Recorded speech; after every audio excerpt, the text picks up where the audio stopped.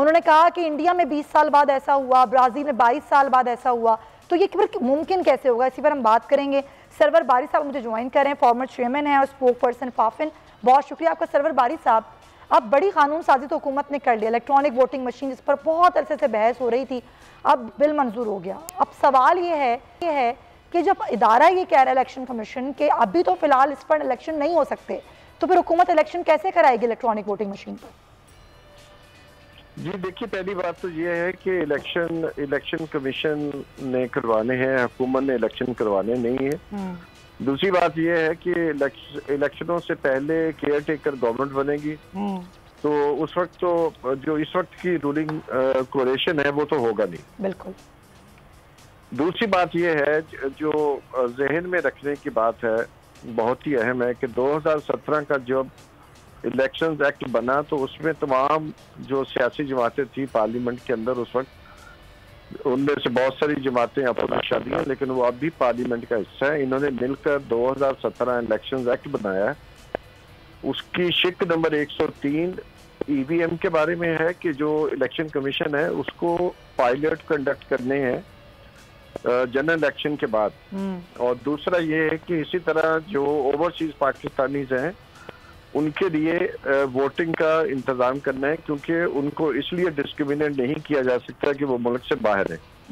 और उसके बाद जो है एक ओवरसीज पाकिस्तानी सुप्रीम कोर्ट गया है और उसने वहां से बाकायदा सुप्रीम कोर्ट ने इलेक्शन कमीशन को लिया कि आप हर सूरत जो पाकिस्तानी ओवरसीज में रहते हैं उनके लिए हिस्सा लेने का बंदोबस्त करें। तो 2018 के बाद जो 35 बाई इलेक्शन हुए उसमें ओवरसीज पाकिस्तानियों ने ऑनलाइन के जरिए रजिस्ट्रेशन कर वोट डाला था।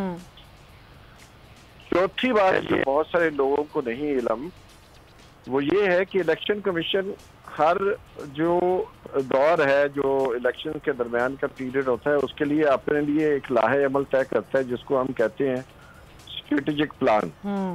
तो जो इलेक्शन कमीशन का स्ट्रेटेजिक प्लान 2019-2023 है उसमें बहुत वाज़े तौर पर इलेक्शन कमीशन ने कमिट किया था 2019 में कि वो मुसलसल जो है वो आने वाले ज़िमनी इंतखाबात में पायलट करेगा इसको, ईवीएम को। बिल्कुल। तो अक्टूबर 2021 में जो पायलट किए जा चुके होंगे उनकी एक बड़ी जामिया रिपोर्ट निकालेगा। वो इलेक्शन कमीशन ने तो पायलट किया ही नहीं, एक पायलट किया उसके बाद रुक गए। उस पायलट की जो रिपोर्ट है उसके आखिर में लिखा हुआ है कि इलेक्शन कमीशन एक प्रोग्रेसिव ऑर्गेनाइजेशन है और वो टेक्नोलॉजी पर यकीन रखती है और मजीद पायलट करेगी। तो इलेक्शन कमीशन ने तो अपने प्रॉमिस को फुलफिल नहीं किया पिछले 3 सालों में। अब अगर इलेक्शन कमीशन ये कहता है कि उसने टाइम नहीं है, तो ये फिर इसको जो भी आप कह लें, बात तो साबित होती है ने अपनी अंडरटेकिंग जो स्ट्रेटेजिक प्लान में थी और जो हमारा था, ना सिर्फ इलेक्शन कमीशन ने बल्कि जो इस वक्त अपोजिशन की पार्टीज हैं उन्होंने यूनानिमसली ईवीएम और ओवरसीज पाकिस्तानियों का ऑनलाइन वोटिंग के बारे में एक कंसेंसस डेवलप किया। अभी जो लेजिस्लेशन हुई है पार्लियामेंट में जॉइंट सेशन में, वो तो उसकी एक फर्दर डेवलपमेंट की शक्ल है, लेकिन कोई नई चीज नहीं है। तो सरवर बारी साहब, अगर नियत ही नहीं है कि करवाना है हमें इलेक्ट्रॉनिक वोटिंग मशीन का इस्तेमाल, तो फिर ये होगा कैसे? जब हुकूमत इस बात में मुस्तर है कि हमने इलेक्ट्रॉनिक वोटिंग मशीन इस्तेमाल करनी है, जो कि प्रैक्टिकली नजर नहीं आ रहा है ऐसा, तो फिर ये होगा कैसे? फिर इतनी तकरार क्यों की गई इस बात की? नहीं, मेरा नहीं ख्याल कि मुमकिन नहीं है, लेकिन ये फैसला तो पाकिस्तान के आइन के आर्टिकल 218 और 220 के मुताबिक इलेक्शन कमीशन की ये आइनी जिम्मेदारी है कि वो free, fair and just elections का इनेकाद करे। और जहां तक ईवीएम की बात है, ईवीएम की प्रोक्योरमेंट करना, किस तरह की ईवीएम होनी चाहिए, वो इलेक्शन कमीशन का अख्तियार है और पूरी कौम इलेक्शन कमीशन के साथ है। और हमें इलेक्शन कमीशन का बरकत हवाले से कि इलेक्शन कमीशन जो है वो अब जो जॉइंट सेशन में ईवीएम के इस्तेमाल का कानून बन गया है। पहले तो इलेक्शन एक्ट में था, अब तो कानून का हिस्सा है कि जनाब ये इस्तेमाल करनी है। तो अब इलेक्शन कमीशन ने डिसाइड करना है कि जो बाकी 2 साल रह गए हैं उनमें वो यूनिवर्सल लेवल पर ईवीएम का इस्तेमाल करेगा, यानी कि हर पोलिंग बूथ पर, या वो रैंडमली सिलेक्टेड जो पोलिंग बूथ है वहां पर करेगा, क्योंकि पाकिस्तान में तकरीबन 80-85 हज़ार जो है पोलिंग स्टेशन में 3 से 4 पोलिंग बूथ होते हैं।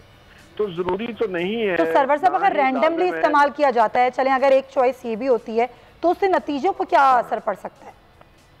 नतीजे पे कोई असर नहीं पड़ेगा, हरगिज असर नहीं पड़ेगा, क्योंकि इलेक्ट्रॉनिक वोटिंग मशीन जो है उसके साथ पेपर ट्रेल भी आएगा। लेकिन ईवीएम के आने से कम से कम अगर हम समझें कि 10 स्टेप जो होते हैं पोलिंग बूथ के अंदर, कार्ड दिखाने से लेकर तो इलेक्शन रिजल्ट तक, उसमें से कम 8 ऐसे स्टेप्स हैं जहां पर जो प्रिजाइडिंग अफसर या आरओ का जो रोल है वो खत्म हो जाएगा। सही। तो उनके जरिए जो धांधली की जाती है पाकिस्तान में, जो पेपर बैलेट की वजह से होती है, वो एलिमिनेट कर देगी ईवीएम। अच्छा, एक चीज है, क्योंकि आपने बड़ी इंपॉर्टेंट बात की है और मैं चाहूंगी कि इस पर आप कमेंट कीजिए। बार बार यही कहा जा रहा है कि जी इस इलेक्ट्रॉनिक वोटिंग मशीन धांधली की जा सकती है, जबकि जाहिर टेक्नोलॉजी है, तो ये होगा कैसे? पहली बात। दूसरी बात ये है कि जाहिर टेक्नोलॉजी की मदद से चीज़ों को कुछ बेहतर किया जा सकता है। जिस तरह आपने कहा कि 10 स्टेप में से हम काफ़ी स्टेप जो हैं वो बच जाएंगे। टेक्निकल तो कुछ भी बताया नहीं गया इलेक्शन कमीशन की जानिब से कि टेक्निकली कैसे इससे धांधली की जा सकती है। बस वैसे इलेक्शन कमीशन कह रहा है कि ये हो नहीं सकता इतनी जल्दी। तो असल मामला क्या है, जरा इस पे कमेंट कीजिए। इलेक्शन कमीशन तो कह ही नहीं सकता कानून के मुताबिक कि ये मशीन नहीं चल सकती, क्योंकि इलेक्शन कमीशन ने खुद कमिट किया हुआ है और बहुत सारे हमारे जो रिपोर्टर्स हैं, एंकर्स हैं, क्योंकि उनको इल्म नहीं है कि इलेक्शन कमीशन ने अपने स्ट्रेटेजिक प्लान में, और जो उन्होंने पहले एक दफा पायलट किया था उसकी रिपोर्टों में इलेक्शन कमीशन ने कमिटमेंट कौम को दी हुई है कि वो पायलट करेगा। तो अब बात ये रही है कि इसमें आपका एटीएम कार्ड है, आप अपना एटीएम कार्ड जो है किसी को दे दें और साथ उसको अपना पिन भी दे दें, तो दुनिया की कोई ताकत आपको रोक नहीं सकती। सही बात है। तो दूसरा ये है कि बहुत सारी टेक्नोलॉजीज हम दुनिया में यूज करते हैं, हैक भी होती है, लेकिन टेक्नोलॉजी को गिव अप तो कोई नहीं कर रहा। सारे बैंक है, बैंकों की हैकिंग होती है, बैंक किसी को बताते नहीं है, और ना ही वो टेक्नोलॉजी से पीछे आ रहे हैं। जहाज फजा में उड़ते हैं, बार दफा गिर जाते हैं, हमने हवाई सफर करना बंद तो नहीं कर दिया। और फिर हमारे पास सबसे बढ़ के हमारे हाथों में फोन है जो सबसे बड़ा डिजिटल जरिया है, इसमें हमारी हर चीज है, हमारी ईमेल्स हैं, सारी चीजें हैं। ये बात ये है कि जो इस वक्त का सिस्टम है उसमें धांधली की जो पॉसिबिलिटीज हैं वो बहुत ज्यादा हैं। लेकिन आपने बिल्कुल, अच्छा मुझे एक सवाल और करना है सरवर बारी साहब, आप बिल्कुल दुरुस्त कह रहे हैं कि फिलहाल सिस्टम में बहुत ज्यादा गुंजाइश है कि धांधली हो। अब हम टेक्निकल एक्सपर्ट्स पे बात करते हैं तो उस पर कोई बात नहीं करता, ना ऑपोजिशन बात करती है, ना इलेक्शन कमीशन को इस तरह की कोई ऐसी न्यूट्रल टेक्निकल टीम क्या नहीं बनाई जा सकती जो बताए, जो ब्रीफ करे, और टेक्निकल तौर पर किस तरह से इसको हैक किया जा सकता है या कैसे धांधली की जा सकती है, जो भी तहफ़्फ़ुज़ात हैं सबके वो दूर कर दे। देखिए, मैं आपको एक टेक्निकल बात बता देता हूँ। ये जो इलेक्ट्रॉनिक वोटिंग मशीन जो हुकूमत ने जिसकी डिस्प्ले किया था और जो पार्लियामेंट में रखी गई थी, और हमने भी देखी वो मशीन, उस मशीन में एक तो इलेक्ट्रॉनिक वोटिंग हो रही होगी, लेकिन उसके साथ साथ जो भी वोटर है वो जिस पार्टी को वोट देगा उस वक्त वहाँ उस प्रिंटर लगा हुआ है, वो प्रिंटर जो है वो प्रोड्यूस करेगा जिस पार्टी को वोट दिया उसका बैलेट पेपर प्रिंट होकर निकलेगा, वो उसको देखेगा और उसमें बॉक्स में डाल देगा। अगर इलेक्ट्रॉनिक जो रिजल्ट निकला है जो कि 2 मिनट से कम वक्फे में, सब्सक्राइब करें और बेल दबाएं ताकि कोई खबर रह न जाए।